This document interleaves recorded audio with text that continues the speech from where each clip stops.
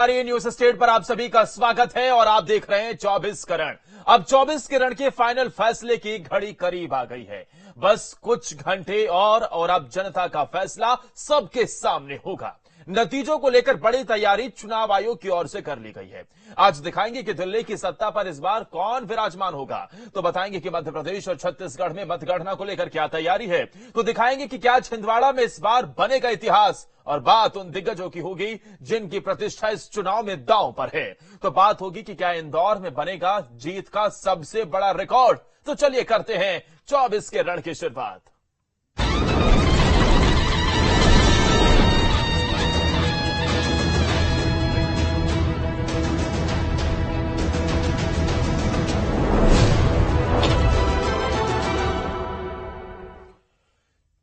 चौबीस किरण की अंतिम घड़ी अब करीब आ गई। जनता का फैसला क्या है, ये जल्द ही साफ होने वाला है। एग्जिट पोल ने तीसरी बार मोदी की सरकार बनने का अनुमान जताया है, तो विपक्षी दलों ने एग्जिट पोल को नकार दिया। हालांकि अब फाइनल फैसला आने वाला है, जब साफ होगा कि दिल्ली के सिंहासन पर कौन काबिज होगा।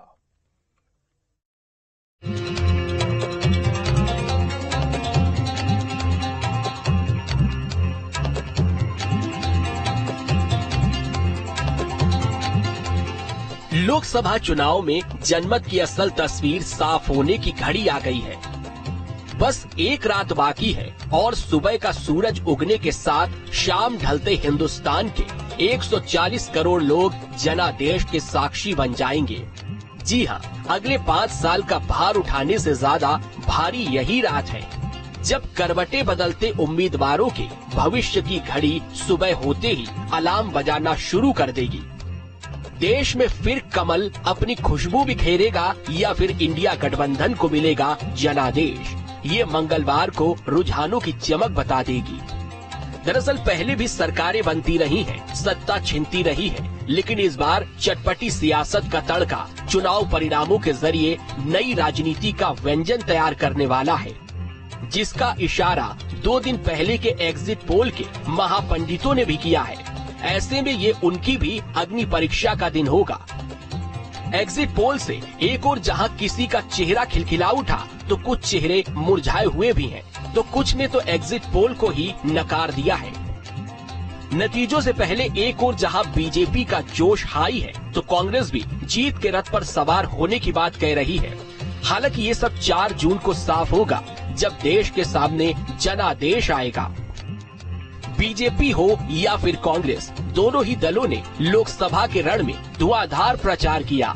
अपने दल और प्रत्याशी को जिताने के लिए एक दूसरे की कमी निकालने में किसी ने कोई कसर नहीं छोड़ी। जिन्हें जैसा मौका मिला, उन्होंने वैसे वैसे मौके को आजमाया। दरअसल मध्य प्रदेश में 29 सीटों के लिए 4 चरणों में मतदान हुआ, तो छत्तीसगढ़ में 11 सीटों के लिए 3 चरणों में वोटिंग हुई।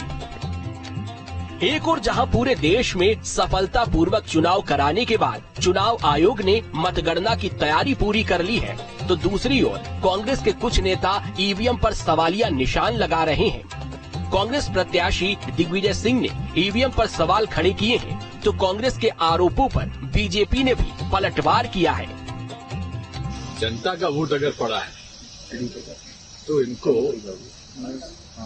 बहुमत नहीं मिल रहा है, और जो कांग्रेस पार्टी ने 295 का फिगर किया है वो सही है। और उसके बाद यदि 300 पार, तो वो जनता का वोट नहीं है, वो ईवीएम मशीन का वोट है। देखिए, एग्जिट पोल भी यही आएगा, इससे ज्यादा आएगा। एग्जिट पोल जो है ना, उससे ज्यादा अच्छा एग्जिट पोल होगा। सर, राहुल गांधी से इस समय पे सवाल किया गया तो बोल रहे हैं कि एग्जिट पोल में मोदी पोल है। कोई बात नहीं, 4 तारीख को उनकी गलतफहमी दूर हो जाएगी। उसके बाद क्या करेंगे पता है वो? उसके बाद बोलेंगे ईवीएम ने से गड़बड़ करी। ईवीएम में हम तो पहले ही मना कर रहे थे।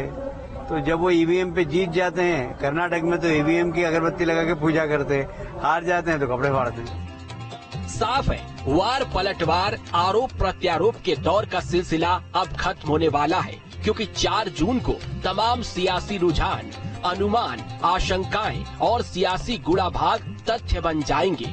इसके साथ ही कल इस वक्त तक इस पहेली का जवाब भी मिल जाएगा कि हिंदुस्तान में राज बदलेगा या फिर से मोदी सरकार की वापसी होगी।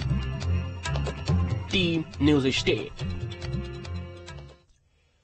24 के रण का फैसला जल्द ही आने वाला है। मतगणना को लेकर चुनाव आयोग की ओर से बड़ी तैयारी की गई है। दिल्ली में मुख्य चुनाव आयुक्त ने वोटिंग से जुड़ी जानकारी दी, तो मध्य प्रदेश छत्तीसगढ़ में निर्वाचन आयोग मतगणना को लेकर अलर्ट है। आइए जानते हैं कि मतगणना को लेकर क्या तैयारी है। रिपोर्ट देखिए। गुलशन की खूबसूरती फूलों से है, माली की बात कौन करता है। गुलशन की खूबसूरती फूलों से है, माली की बात कौन करता है। लोकतंत्र में जीत हार जरूरी है, मगर तुम्हारी बात कौन करता है।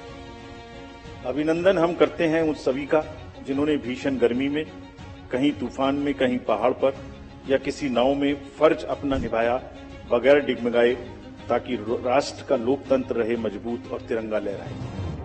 मुख्य चुनाव आयुक्त राजीव कुमार की ओर से कही गई ये लाइनें उन मतदान कर्मियों का हौसला बढ़ाती हैं, जिन्होंने भरी दोपहरी में वोटिंग कराई। All of you to join and end. These are your all our voters. So we thank you all. We salute all our voters, all our women voters. तालियों की ये गड़गड़ाहट उन वोटरों का उत्साह बढ़ाती है, जिन्होंने लोकतंत्र के महापर्व में अपने मतदान का प्रयोग किया।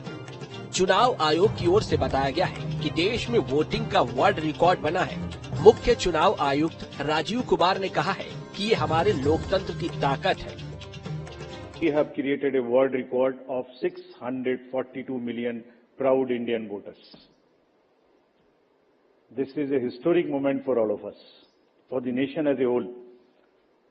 642 ever, anywhere in the world, in any of the electoral exercise. That's what is the number of voters. And this is, just to give you some small statistics, this is 1.5 times of the voters of all G7 countries. ऐसा पहली बार हुआ है जब चुनाव आयोग ने लोकसभा की voting के बाद प्रेस कॉन्फ्रेंस की है और वोटिंग से जुड़े तमाम सवालों के जवाब दिए हैं। तो राजनीतिक दलों के भ्रम को भी दूर करने की कोशिश की गई है। एक और दिल्ली में चुनाव आयोग ने चुनाव प्रक्रिया से जुड़े सवालों के जवाब दिए हैं, तो वहीं मतगणना की तैयारी भी तेज कर दी गई है। मध्य प्रदेश और छत्तीसगढ़ में आप देख सकते हैं मतगणना केंद्रों में तैयारी पूरी है। सुरक्षा के कड़े इंतजाम है। मुख्य निर्वाचन पदाधिकारी अनुपम राजन ने बताया है कि सुबह 8 बजे से मतगणना शुरू हो जाएगी। काउंटिंग सेंटर्स पे 3 लेयर सिक्योरिटी रहेगी। सबसे जो आउटर एरिया है वहां पे डिस्ट्रिक्ट की फोर्स, जो आर्म फोर्स है डिस्ट्रिक्ट की, वो रहेगी। जो इंटरमीडिएट क्वाड्रेंट है, बीच का जो हिस्सा है, वहां पे स्टेट की आर्म पुलिस होगी। और जो इनर मोस्ट क्वाड्रेंट है, जो सबसे अंदर का, जहां पे काउंटिंग सेंटर के ठीक बाहर, काउंटिंग हॉल के बाहर, वहां पे सेंट्रल फोर्सेस की निगरानी होगी। दरअसल मध्य प्रदेश की 29 लोकसभा सीटों की 52 जिला मुख्यालयों में वोटों की गिनती होगी। 29 लोकसभा में 3,883 टेबल लगाई गई हैं। पोस्टल बैलेट के लिए 242 टेबल लगाई गई हैं। पवई विधानसभा में सबसे ज्यादा 24 राउंड में काउंटिंग होगी। दतिया में सबसे कम 12 राउंड में होगी वोटों की गिनती। मतगणना स्थल पर 3 लेयर सुरक्षा रहेगी। 18 कंपनियों की फोर्स तैनात होगी। 10,000 से ज्यादा पुलिस जवान तैनात रहेंगे। मोबाइल समेत इलेक्ट्रॉनिक उपकरण बैन रहेंगे। वहीं छत्तीसगढ़ में भी काउंटिंग को लेकर बड़ी तैयारी है। निर्वाचन आयोग की ओर से बताया गया है कि यहाँ विधानसभा वार हर क्षेत्र में अलग अलग राउंड में वोटों की गिनती होगी। कल लोकसभा निर्वाचन 2024 हेतु समस्त 11 लोकसभा क्षेत्रों में मतगणना 8 बजे से प्रारंभ होगी। प्रत्येक विधानसभा क्षेत्रों की मतगणना हेतु पृथक पृथक हॉल में मतगणना व्यवस्था मतगणना केंद्रों में की गई है। 94 कुल मतगणना हॉल नियत किए गए हैं। छत्तीसगढ़ में 94 मतगणना हॉल बनाए गए हैं। 4,365 कर्मचारी काउंटिंग कराएंगे। मतगणना स्थल पर 3 लेयर सुरक्षा रहेगी। पोस्टल बैलेट की गिनती से वोटों की शुरुआत होगी। 30 मिनट के बाद ईवीएम के वोटों की गिनती होगी। सबसे कम 12 राउंड, सबसे ज्यादा 24 राउंड में काउंटिंग होगी। मध्य प्रदेश की सभी 29 और छत्तीसगढ़ की 11 लोकसभा सीटों के लिए निर्वाचन आयोग पूरी तरह से अलर्ट है। भीषण गर्मी को देखते हुए व्यवस्थाएं भी की गई हैं। ठंडा पानी, कूलर, पंखा समेत हर तरह के इंतजाम है। फिलहाल अब उल्टी गिनती शुरू हो चुकी है और देखना होगा जब ईवीएम खुलेगी तो किसके किसके भाग्य का फैसला होगा। Team news state. Madhya Pradesh में इस बार सबसे ज्यादा नजर छिंदवाड़ा सीट पर है। कमलनाथ के गढ़ में बीजेपी ने सेंधमारी की, हर कोशिश की तो कमलनाथ ने किलेबंदी की। सवाल है कि क्या छिंदवाड़ा में इस बार इतिहास बनेगा? रिपोर्ट देखिए।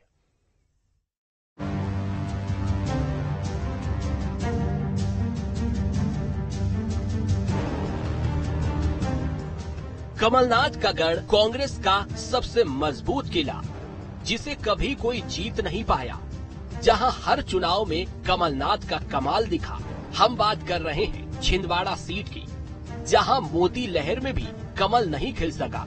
लेकिन 2024 के चुनाव में बीजेपी ने साम दाम दंड भेद हर कुछ अपनाया कि कमलनाथ के किले में सेंधमारी की जा सके। तो कमलनाथ हर वक्त अपने किले को बचाते हुए नजर आए। और जब 24 के रण का फैसला आने वाला है तो सबसे ज्यादा चर्चा छिंदवाड़ा की हो रही है। यहाँ कमलनाथ का दबदबा बरकरार रहेगा या फिर छिंदवाड़ा में इतिहास बनेगा? कांग्रेस की ओर से कमलनाथ के बेटे नकुलनाथ मैदान में है। बीजेपी की ओर से नए प्रत्याशी विवेक बंटी साहू ने चुनाव लड़ा। एग्जिट पोल में एमपी की 29 में से 28 सीटें बीजेपी को जीतने का अनुमान बताया गया। एक सीट कांग्रेस के खाते में जाने का अनुमान है। एक सीट छिंदवाड़ा होगी या फिर कोई और। छिंदवाड़ा में बाकी जिलों से ज्यादा वोटिंग दर्ज की गई है। 79% से ज्यादा वोटिंग दर्ज की गई है। 1 लाख वोटों के अंतर से जीत का दावा कर रही है बीजेपी। कांग्रेस का दावा है 50,000 से ज्यादा वोटों से जीतने का। जीत के अपने अपने दावे हो रहे हैं। हर चीज पर विश्वास है, न लोकतंत्र पर विश्वास है, न संविधान पर विश्वास है, न कानून पर विश्वास है, न सुप्रीम कोर्ट पर है, न हाई कोर्ट पर है। किसी पर विश्वास नहीं है उनको। कांग्रेस आज बुरे हालात में है, उसी का परिणाम है कि इस प्रकार की बातें कांग्रेस के लोग कर रहे हैं। वही छिंदवाड़ा में श्रीमान करप्शन नाथ कमलनाथ के बेटे, जो छिंदवाड़ा की जनता ने नकार दिया, तो अब वो कलेक्टर पर आरोप लगाने लग गए। तो ये कांग्रेस के आज दुरावस्था का दौर है, हालात बदतर हो गए।